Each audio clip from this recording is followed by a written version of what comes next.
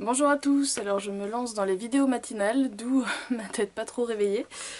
C'est donc pour une vidéo, mes premières impressions. J'aime beaucoup le principe de ce type de vidéo. Et donc hier, je suis tombée sur la bébé crème de Mixa. Alors je me suis pas du tout renseignée pour savoir si elle était connue sur YouTube ou pas du tout. Donc hydratant teinté anti-rougeur, bébé, fleur d'arnica plus cold cream, donc pour les peaux sensibles et réactives. La voix du matin aussi. Pour les teintes claires, et donc elle est non comédogène, sans parabènes, et donc voilà à quoi elle ressemble.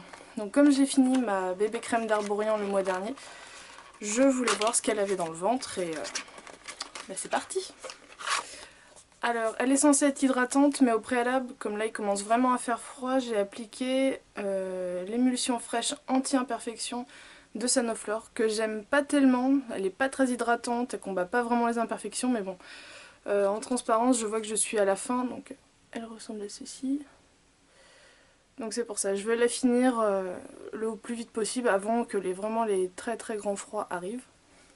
En contour des yeux, j'ai appliqué le Clinique All About Eyes, donc en bille comme ça. Voilà. Et sur les lèvres, un petit coup de Nuxe Rêve de Miel en stick. Donc le stick lèvres hydratant au miel et au tournesol. Lèvres desséchées ou gercées que j'applique tous les matins, même si je mets pas de rouge à lèvres après. Et que je remets dans la journée également. Alors donc, la bête se présente comme ceci. Et donc j'ai envie de dire c'est parti.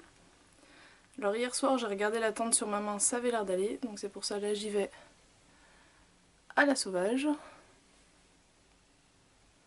D'habitude j'applique tout au pinceau, mais là on va essayer à la main.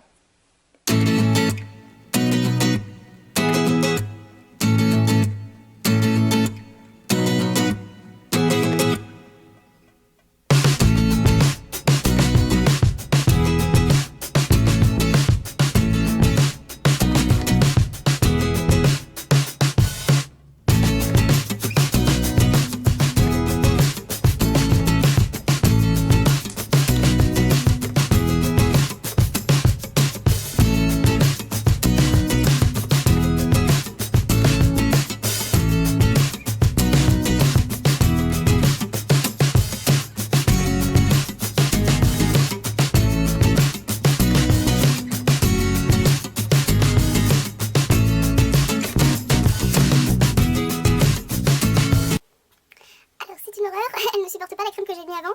Du coup, je me retrouve avec plein de dépôts dégueulasses et de vieilles peaux mortes. Donc c'est la merde. Alors dessus ils nous disent apaise, corrige, sublime. Sublime grâce à ses pigments correcteurs teintés, ce soin couvre immédiatement les rougeurs et unifie le teint. Alors oui, ça atténue les rougeurs, oui ça unifie le teint, mais vous voyez au niveau des imperfections ça fait rien du tout. Et en gros elle se la joue perso, puisque si vous mettez une crème en dessous elle peluche, donc j'ai dû tout retirer ce que j'avais posé et ma crème, et je l'ai réappliqué au pinceau et là ça a l'air d'aller. Donc je finis mon maquillage et je vous reprends après. Alors voilà le résultat une fois que tout est terminé. Je l'ai juste poudré avec la poudre Dernier Touche, hop, de chez Je Mets, en teinte chair dorée 01. Alors comme tout est brillant, si c'est bon. Donc chair dorée 01. Un petit coup de blush MAC, donc c'est l'étiquette un peu mangée, c'est le Rosy Outlook. Il est tout le temps dans ma trousse de toilette, donc voilà. Donc de la gamme Pro Longwear. Et si vous vous demandez, mon rouge à lèvres c'est un rouge à lèvres Kiko, donc de la gamme métallique, donc ceux qui sont comme ça. Et c'est donc le 710.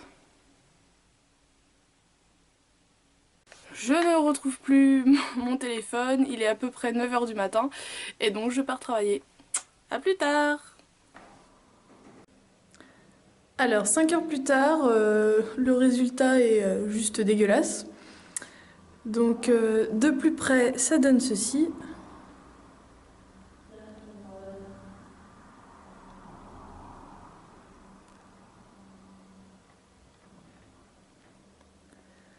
Pour les imperfections ça sert à rien, ça migre dans les plis. Donc on verra ce que ça donne ce soir, où c'en est rendu. Alors dernière partie de ma vidéo, là il est 21 h, donc ça fait pile 12 heures que j'ai posé ma BB crème. J'en suis pas super emballée, donc comme je vous l'ai dit ce matin, je peux pas mettre de crème hydratante en dessous sinon ça peluche. Donc portée seule ça va, elle s'applique relativement bien, je l'ai appliquée donc au pinceau.